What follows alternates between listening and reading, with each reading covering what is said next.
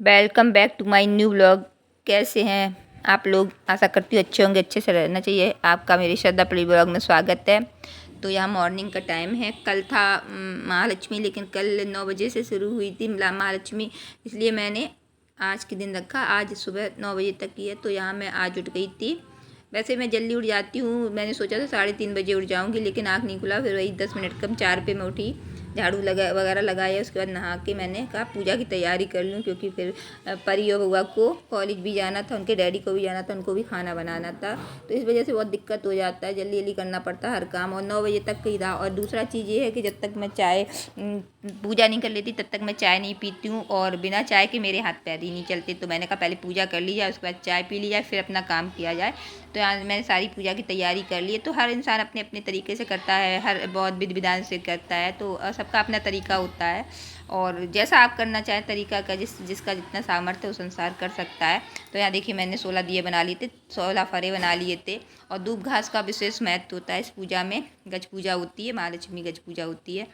तो यहाँ देखिए मैंने आरती कर ली। ये फरे हैं, 16 बनाए थे, और भी बनाए जाते, लेकिन मेरे बच्चे खाते नहीं है, तो मैंने उतने पूजा के लिए बना लिए थे। और शाम को ही मैं ये प्रसाद ले आई थी, तो मैंने प्रसाद भी लगा दिया था।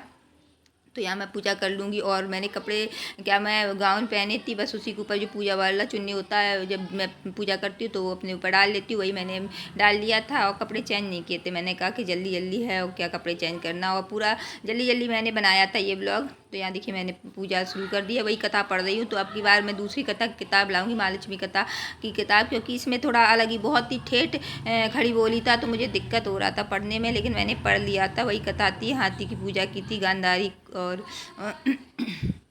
माता कुंती ने।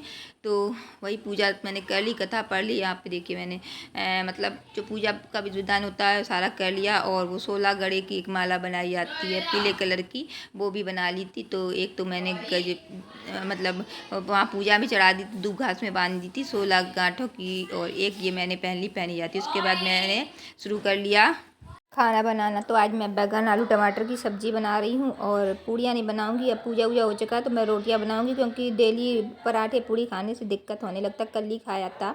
यहाँ पे देखिए टमाटर आलू बैगन की सब्ज़ी बनके तैयार होगी। खाना मैंने बच्चों को लगा दिया, उनके डैडी को दे दिया है। और इसके बाद मैं आ गई हूँ बच्चों को कपड़े धुलने के लिए। डेली का काम यही है मेरा, बच्चों को कपड़े धुलना, क्योंकि बच्चों के पास इतना टाइम नहीं है, कोचिंग जाना, उसके बाद कॉलेज जाना, तो बच्चे थक जाते हैं। तो इस टाइम मैं इनके कपड़े धुलती हूँ। और मैंने कपड़े धुल दिए हैं, मशीन में डाल दिए, बस थोड़ा उनका पानी निकल जाए, उसके बाद मैं फैला दूँगी।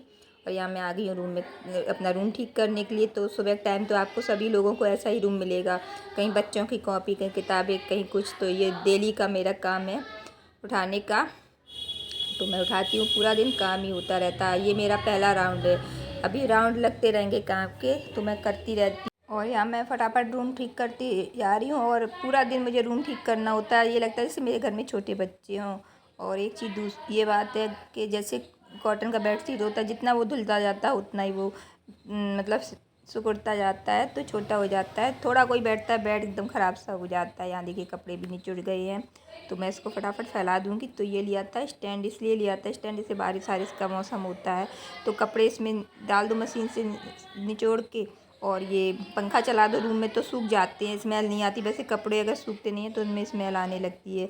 यहाँ जितने भी सूखे कपड़े हैं इनको मैं फ़ोल्ड करके रख दूँगी, और अपने काम करती रहती हूँ। अच्छा, अभी इंसान को बिजी रहना चाहिए।